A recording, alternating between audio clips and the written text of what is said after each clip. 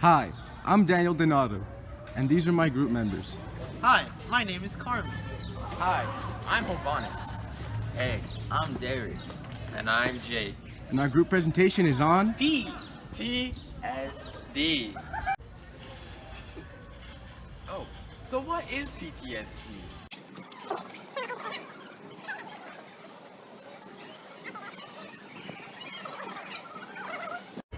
PTSD, also known as post-traumatic stress disorder, is a severe but treatable mental health disorder that physically and mentally changes a person after he or she has witnessed a traumatic event.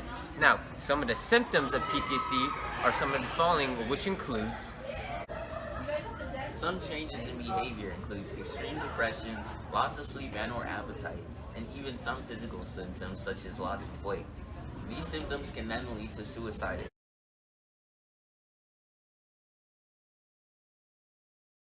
70% of people in the U.S. have experienced a traumatic event, but out of those people, 20% of those have developed PTSD. About 13 million people in the U.S. have PTSD in any given time. But what do people think about PTSD? People with PTSD are often stigmatized to be crazy, erratic, or even dangerous. Because they're called these things, they often avoid treatment.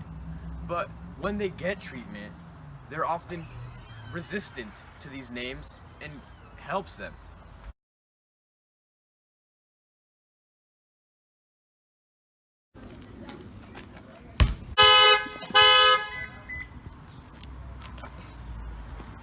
Hey, you good, bro?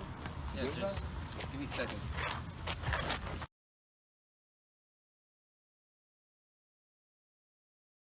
PTSD would affect someone's lifestyle by not only giving them more obstacles to overcome, but it would overall make the victim more depressed. And by obstacles, we mean that the victim would have to relive the cause of the traumatic event over and over again.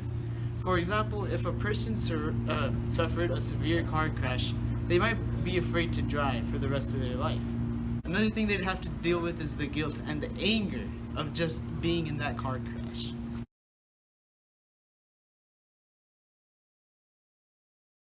Psychologists can find out whether or not a person has PTSD by just checking for a few simple symptoms. A few of these symptoms would be having recurring nightmares about the incident or traumatic event that you were in. Another symptom would be avoiding the place or thing that caused the accident.